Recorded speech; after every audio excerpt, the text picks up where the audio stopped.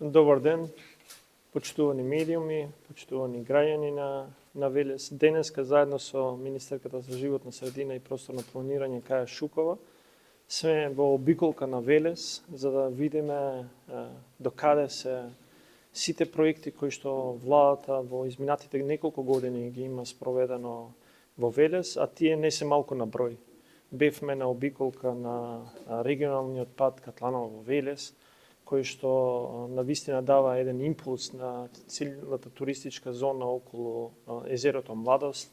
Бевме да видиме на еден од проектите за паметното езеро, кој што е финансирано од Европска Унија преку владата за локална конкурентност, за туризам, еден од најголемите проекти кој што беше финансиран од вкупно 54 проекти во целата држава и за жал видовме лоша слика затоа што еден дел од тоа не се одржува веќе од општината иеко тоа е во нивна надлежност.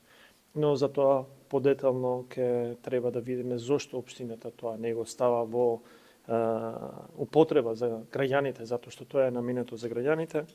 И најавивме неколку други проекти кои што се од витално значење за Велес. Овде сме денеска во новата петкатна социјална зграда, за да покажеме дека навистина водиме грижа и создаваме можности за оние за кои им е најпотребно. На 29 социјално ранливи граѓани и граѓанки, лица без родители и лица со посебни потреби, како и оние со ниски плати, им градиме реална можност да добијат свој дом. Дом за себе, за своите деца, за своите најмили.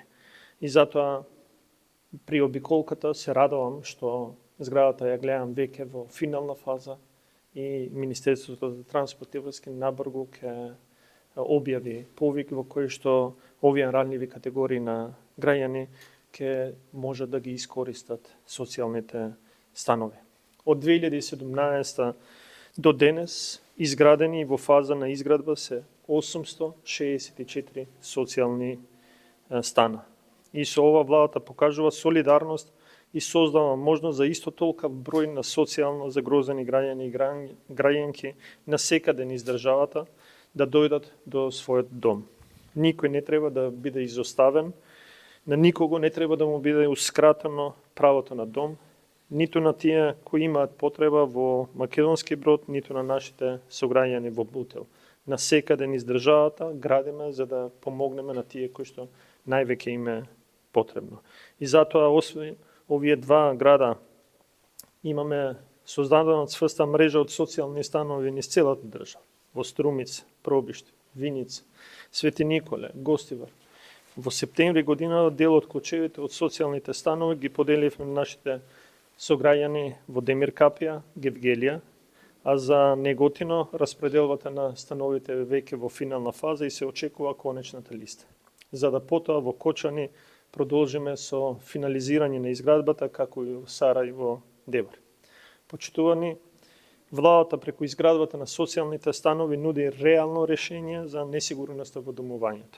Стабилно живеалиште за сите оние кои се наоѓаат во економски или социјални потешкоти. Со развојот и реализацијата на овој тип на инфраструктурни проекти градиме инклузивно општество.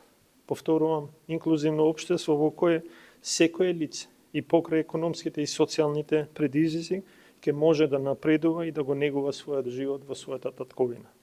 Остануваме посветени и неуморни, секој граѓанин и граѓанка, без оглед на својот социјоекономски статус, да го оствори своето основно човеково право, правото на безбедно и достоинствено домување. Благодарам. Добар ден на сите. Денеска сме на увид на патот кој што се рехабилитираше, односно патот Катланово Велес, кој што го поврзува Велес со Велешкото езеро и еден од приоритетите кој што го реализираше јавното претпријатие за државни патишта како установа која што е директно под надлежност на државата. Значи државата финансира во реконструкцијата на регионалните патишта кои што овозможуваат подобар транспорт за граѓаните до сите места, особено кога зборуваме денеска овде секако до Велешкото езеро кое што е туристичка дестинација и каде што има голем проток на граѓани. Покрај тоа што е во насока на развој на туризмот, ова е секако и во насока на зголемување на економскиот раст на државата. Но она што сакам да го потенцирам меѓу другото е дека кога правиме рехабилитација на патиштата, покрај овие аспекти, ние секако и системски ги гледаме работите.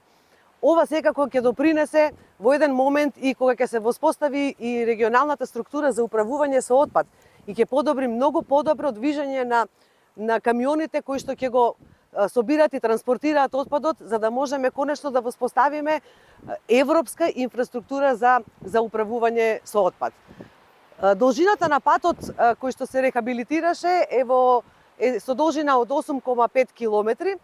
Финансиската конструкција за неговата рехабилитација беше околу 2,8 милиони евра. Меѓутоа тука не застануваме. По рехабилитација на овој пат Катланово-Велес продолжуваме од Велес кон Градско. Таму ќе имаме рехабилитација на патна инфраструктура регионална со должина од околу 20 на километри, а финансиската конструкција за неговата рехабилитација ќе биде околу 8 милиони евра.